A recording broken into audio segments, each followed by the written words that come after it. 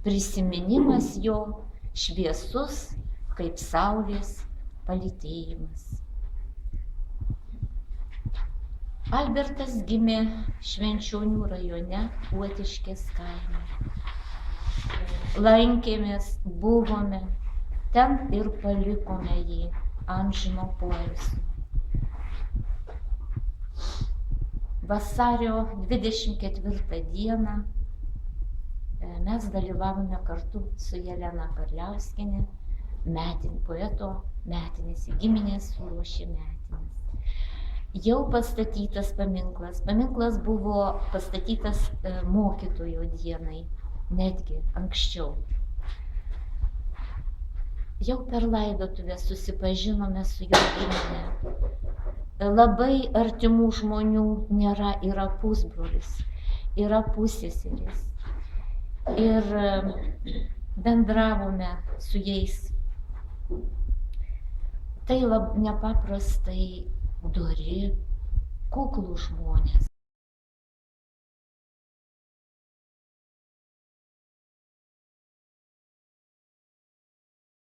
Tikrai be tų ir mano, ir daugelio kitų, tai tikriausiai prisiminimų paklausę šitų giesmių būtų labai tinkamai pagerstas Albertas Skyrelis, kurio jau metus nebeturime.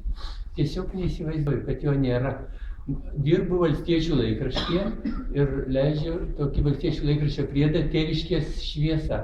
Ir būdavo, jisai labai dažnai pasirodo, atveria duris ir ateina pilnas džiugesio. Tai buvo labai įdomi ir turtinga asmenybė.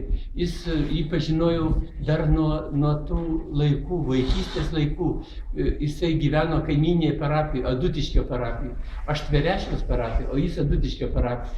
Ir kai būdavo atlaidai onos, tai jis būtinai ateidavo. Linksmas, žvalus vaikinukas, labai mielas ir labai gražiai labai gražiai kalbėdavo, gražiai rašė ir jo eilėraščiai. Jo eilėraščiai trumpi, bet tokie smaigus, kad gali tiesiog pabudinti, kaip aš kartą juokavau, sakau, tuos, apie kuriuos pavaizduoja tuo savo ketureiliu, jis gali atsibust iš mirties patalo.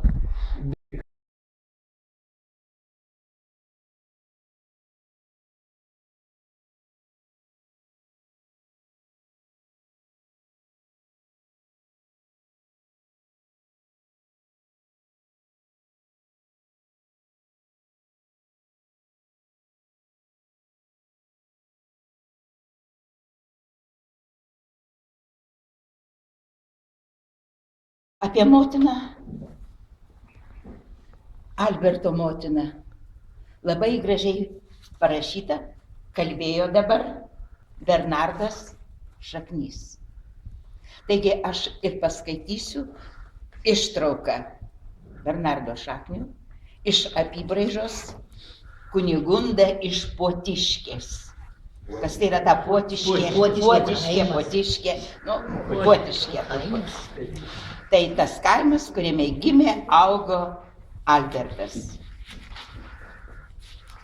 Kunigunda gyva. Einu po pirkes, ieškau šiaudinių pastogių, kurių paslaptys mane užbūrė vaikystėje. Rodė sąmonam apžėlę stogai slėpė nežinomus gyvenimus, negirdėtas pasakas ir sakmes, šiaudinių stogų jau neberandu. Tačiau žmonės, užklausti apie Kunigundą, nejučia susikaupę, atsidūsta. Kas buvo Kunigunda? Poetė? Geroji deivė, nuo jo žvilgsnio žmonės pasveikdavo, paukščiai jos nebijodavo. Kaip gražiai kalbėdavo, vis žmogui į akis žiūrėdama, viską suprasdama. Mūsų giesmininkė labai teisinga buvo, mylėjo žmonės, padėdavo jiems, gydydavo savo širdies gerumu.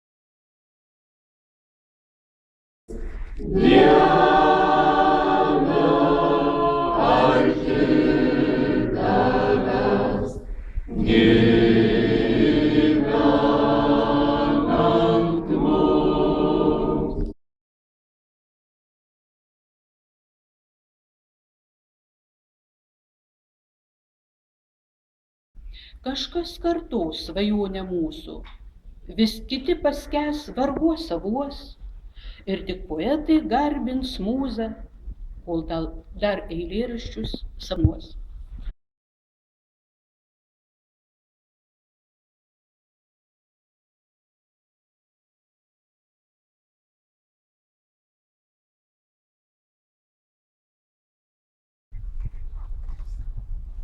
Aplankiau savo seną mokyklą.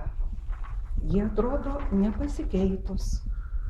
Tik šypsojos pro lango stiklą nepažįstamos man mergaitės. Atminimai gyvi neišbluko ir skausmingai krūtinę žeidžia. Štai aikšteliai kiti berniukai čempioniškai futbolą žaidžia.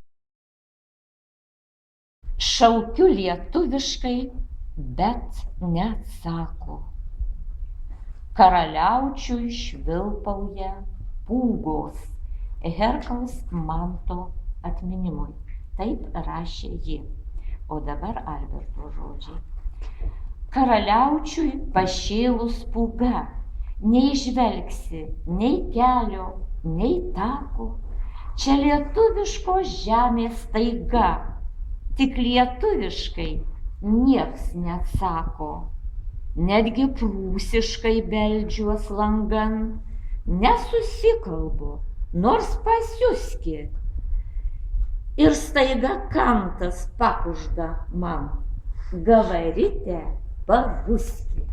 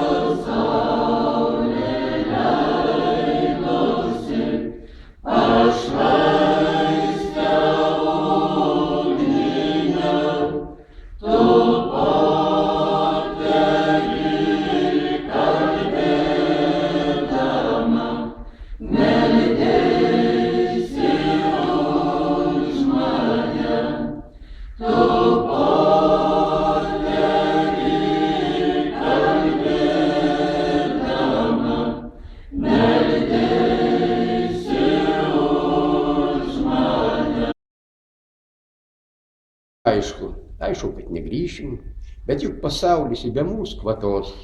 Ir verks, ir guosis, ir vėl šoks jaunystė, stovėjus prie mokyklinės lentos. Pakeis mane čia koks lituanistas, ir dar žiūrėk pro ašaras dainuos, kad tai, kas buvo, niekad nebegrįžta, tik grįž motyvai iš senos dainos. Mylės kiti, ateis kiti gyventi, pasaulio šio ragauti apžavų ir švęsti kasdienybės viešinę šventę ir palydėti anapilin draugų.